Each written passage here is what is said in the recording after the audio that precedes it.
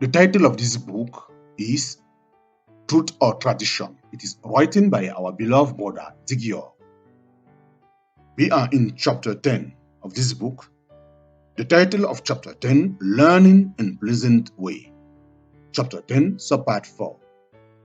Chapter 10, subpart 4. It is apparent that you have been infiltrated by those things to which we were introduced by a compromised Christianity, a syncretic lifestyle embracing things unauthorized by the word of God. That is not unusual. God said to Israel, when the Lord your God shall deliver them in court to Canaanite, before thee, thou shalt smite them and utterly destroy them. Thou shalt make no covenant with them, nor show mercy unto them, neither shalt thou make marriage with them. Their daughter thou shalt not give into his son, nor his daughter shalt thou take into their son, for they will turn away their son from following me, that they may serve other God. So will the anger of the Lord be kindled against you and destroy thee suddenly. But we read in Joshua chapter 17 verse 3, yet it came to pass when the children of Israel were waxen strong, that they put the Canaanite to tribute, but did not utterly drive them out. So we have the beginning of the syncretism that ultimately brought the people of Israel to captivity on the one hand and to destruction on the other. The different verse used in this chapter. First verse, James chapter 1 verse 17. Second, Luke chapter 15 verse 16. Third, 1 Corinthians chapter 8 verse 6 to 13. 4, Romans chapter 14 verse 13 to 23. And 5, Deuteronomy chapter 7 verse 2 to 3. End of chapter 10. End of chapter 10 of this book.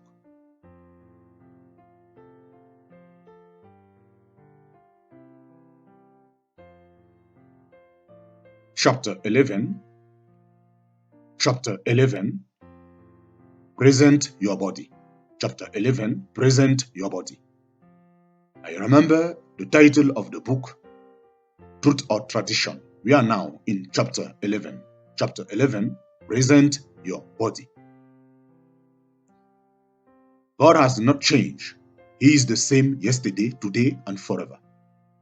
I beseech you, therefore, brethren, by the mercy of God, that you present your body as a living sacrifices.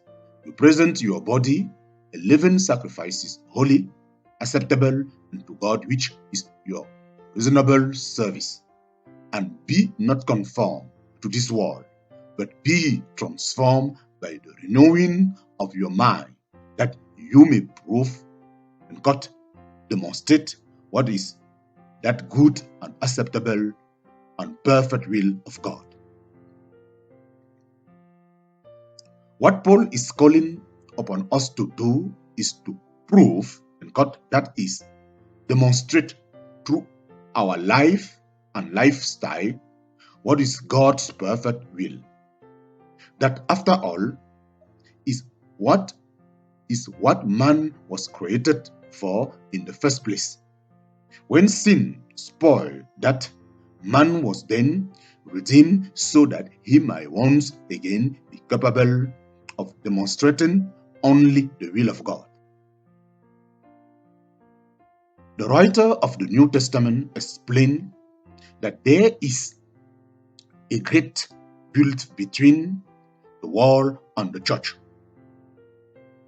The world, John said, hate Jesus, therefore it will hate us. It seems strange then that the world will rejoice in the birth of the one the Bible say it hate. That is indeed enough to make that celebration suspect. That is indeed enough to make that celebration suspect. It also seems strange that we to whom it said, "Love not the world, neither the things that are in the world," should join the world in that celebration so dear to them. According to the verses we have got, everything we do is to be that which God Himself has authorized. Otherwise, it cannot reflect His perfect will. So, how does Paul propose that we accomplish this purpose? First of all, he tells us, no, he beseeches us to present our body a living sacrifice. What does that mean? I remember wondering about that for several years after I was saved. I then discovered that everything we need to know is explained in the life of Christ. How? How then was this demonstrated in Jesus? Jesus Himself, when He came into the world, speaking to the Father, said this of His body: "You don't want the offering of gold and gold, but a body you have prepared for me." In other words, God did not desire any longer that the body of gold and gold be presented to Him in sacrifice. Now only the sacrifice of the body of Jesus will do. Jesus, therefore, was born a sacrifice. Indeed, He was sacrificed from before the foundation of the world. From the time of His birth until His death at Calvary, His body was a living sacrifice. At the cross, the living sacrifice was slain and become an offering for sin. While Jesus was a living sacrifice, He was able to say, "I came down from heaven not to do my own will, but the will of Him that sent me." And that's all He did. Even in Gethsemane, where He pleaded with the Father, "If it be possible, let this cup on Calvary's cross pass from me." He was able to say, "Nevertheless, not my will, but thine be done," in order to prove and demonstrate the Father's will. Not only did He deny what would have been pleasurable to His flesh, He literally laid down His life and endured the cross. To His disciple, He said, "If any man will come after me, let him deny himself and nevertheless, not my will, take up his cross daily, but thine be done, and follow me." The practice of anything that is condemned by God and therefore obviously not authorized by Him, especially when it involves those traditions that are rooted in the world, cannot possibly demonstrate the good and acceptable and perfect will of God. It is our flesh that delights in the miserable religious tradition of the Christ Mass, the Spring Festival, and other worldly religious rites. We understand the truth of those pleasures, but we also understand that it is for that very reason Jesus said, "If any man will come after me, let him deny himself," which means, "Not my will be done." It is undeniable that there is much pleasure in the world celebration of the Saturnalia, the birth of the sun god, and the spring festival of the feast of Ishtar. Indeed, the Apostle Paul identified one of the symptoms of the spiritual decline of the end time when he said, "They will be lover of pleasure more than lover of God, having a form of godliness, From such turn away."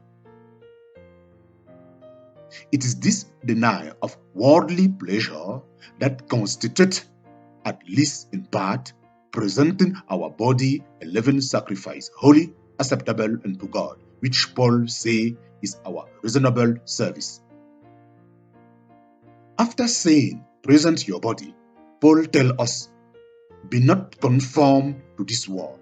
Perhaps the greatest temptation and most natural thing for us to do is to be conformed to tradition and custom of our society.